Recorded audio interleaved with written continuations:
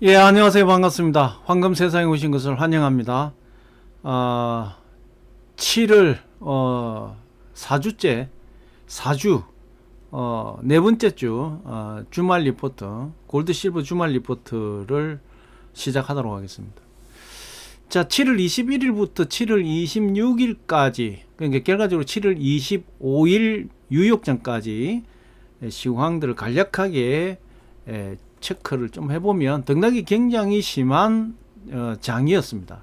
골드도 그랬고 실버도 등락이 굉장히 심한 장이었다 이렇게 보시면 될 것 같고, 골드는 저항선을 이제 뚫고 난 이후에 세 번째 터치를 했는데 결과적으로 저항선을 못 뚫었습니다. 3435불대를 뚫지를 못하고 다시 하락을 했습니다. 그리고 월화 상승하고 수목금 이렇게 해가지고 하락을 했는데, 수목금이 지금 저점 추세선을 약간 하방 이탈을 했는데 다시 이 하방 추세선 안쪽으로 들어오긴 했지만 굉장히 불안한 그런 장 진행되고 있다 이렇게 보시면 될 것 같고, 최근 들어서 가장 3일 동안 크게 하락하는 그런 저번 주, 그러니까 이번 주에 시장이 진행됐다 이렇게 보시면 될 것 같고요.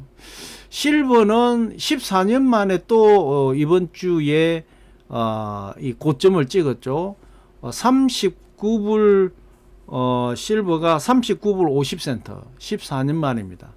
14년 만에 뚫었는데 38불대에서 박스권을 형성하지 않겠냐고 봤는데 39불대를 돌파를 하고 난 이후에 39불 50센트를 터치를 했고, 지금은 38불이 잠깐 무너지기도 했거든요. 무너지기도 했는데 결과적으로는 38불대를 지금 지켜내고 있으면서 시장은 뭐 어쨌든 마무리가 됐습니다. 유역장이. 최근 들어서 실버도 금요일 날 저녁에 크게 좀 하락을 했다 이렇게 보시면 될 것 같습니다. 자, 가장 뭐 여러 가지 내용이 있겠지만 이제 이번 주 초에도 제가 말씀드렸지만 이제 막바지에 지금 무역 관세 미국과 협상이 이제 이 마무리되는 부분인데, 우리나라는 굉장히 불리한 입장에서 지금 진행되고 있는 것 같아요. 미국에서 지금 우리 한국을 때리고 길들이기 위한 어떤 그런 흐름이 좀 보여지고 있는데, 하여튼 뭐 굉장히 상황은 안 좋다 이렇게 봐야 될 것 같고요. 결과적으로는 뭐 우리 환율에 영향을 직접적으로 주겠죠. 지금 관세나 여러 가지 내용들이 그런 부분들로 인해서 이번 주에는 등락이 굉장히 심했고, 특히 달러 인덱스도 굉장히 많이 출렁거렸죠. 뭐 최종적으로 금요일 날 1384원으로 다시 반등을 했지만 다음 주에 또 어떻게 이제 관세 영향에 따라서 환율 변동도 굉장히 심할 것 같다 이렇게 보여집니다. 자, 그리고 이제 이번 주에는 어쨌든 등락은 심했지만 상승한 부분만큼, 골드나 실버나 상승한 부분만큼 거의 원위치에 왔다 이렇게 보시면 될 것 같고요.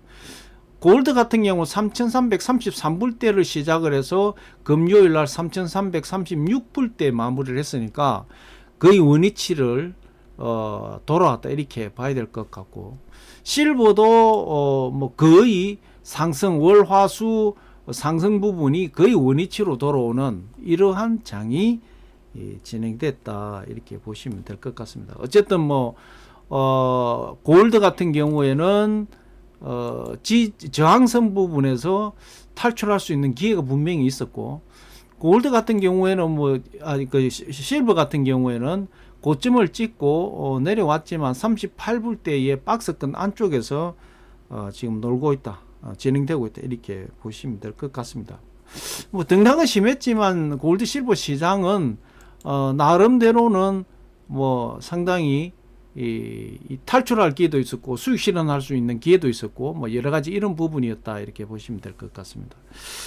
자, 다음 주는 지금 여러 가지 중요한 경제 스케줄이 굉장히 많이 몰려 있습니다. 뭐 화수목금까지 월화수목 4일이 이제 진행되는데, 다음 주에 가장 큰, 이제 다음 주는 그 단기 국채 이 응찰이, 입찰이 쭉 잡혀 있고요. 가장 중요한 게 이제 수요일 날 30일 날 FOMC 회의를 시작을 해가지고, 그러니까 목요일 날 새벽 3시죠. 미국으로 보면 수요일인데, 목요일 날 새벽 3시에, 우리 한국 시간입니다. 새벽 3시에 이제 FOMC 회의, 그 관련 내용이 파월 연준 의장의 연설과 또 기자들의 일문일답 이런 형태가 진행되면서 금리 어떤 금리 방향이 발표가 되겠죠. 뭐 97%는 지금 7월달 동결이다 이렇게 보고 있기 때문에 내용이 이제 파월 연준 의장의 연설에 담긴 내용과 또 실질적으로 담긴 내용보다도 기자들이 질문하면서 일문일답 과정 속에서 여러 가지 내용이 많이 나오기 때문에 상당히 이번에 중요한 FOMC 그 회의 될 가능성이 많다. 뭐 정확하게 우리 한국어로 이 해석을 하면 연방공개시장위원회거든요. 그래서 일단은 금리가 어떻게 결정될 건지, 그리고 이제 주말이죠. 금요일 날, 목요일 날 저녁, 우리 한국으로 보면 금요일인데 트럼프 형님이 FED를 연준을 찾아가는 이런 뭐 파격적인 스케줄도 없는 그런 일이 있었죠. 그러니까 하나의 이제 금리 인하를 압박을 한 거죠. 그런데 실질적으로 지금 이제 7월달, 8월달 이런 지금 금리도 중요하겠지만 이제 인플레이션이 어떻게 되는지 이런 부분이 이번에 연준 FOMC 회의 내용에 상당히 많이 좀 나오지 않겠나 이렇게 보여집니다. 그 다음에 이제 목요일 날 이 개인 소비 지출 PC 물가 지수 이거 굉장히 중요합니다. 인플레이션이 어떻게 지금 진행되고 있는지 이런 부분이 개인이 소비 지출을 하면서 이걸 이제 어느 정도 물가를 지금 뭐 피부적으로 와 닿느냐, 어떻게 보면 CPI 지수보다 PC 지수를 더 FOMC 연방 준비제도위원회에서는 더 중요하게 보고 있기 때문에 이 PC 물가 지수 굉장히 중요하고요. 그 다음에 다음 주에 지금 2분기 GDP 애틀랜타 연방은행의 2분기 GDP 예측치가 나올 겁니다. 그 부분도 굉장히 중요하고, 그 다음에 ADP 민간 고용 부분도 수요일 날 이렇게 나오는데 여러 가지 이런 스케줄이 다음 주에 상당히 영향을 많이 줄 것이다. 그래서 뭐 민간 고용에 관련해서도 금리 인하에 관련된 직접적인 영향을 주는 부분이 있고, 또 GDP도 굉장히 큰 영향을 주죠.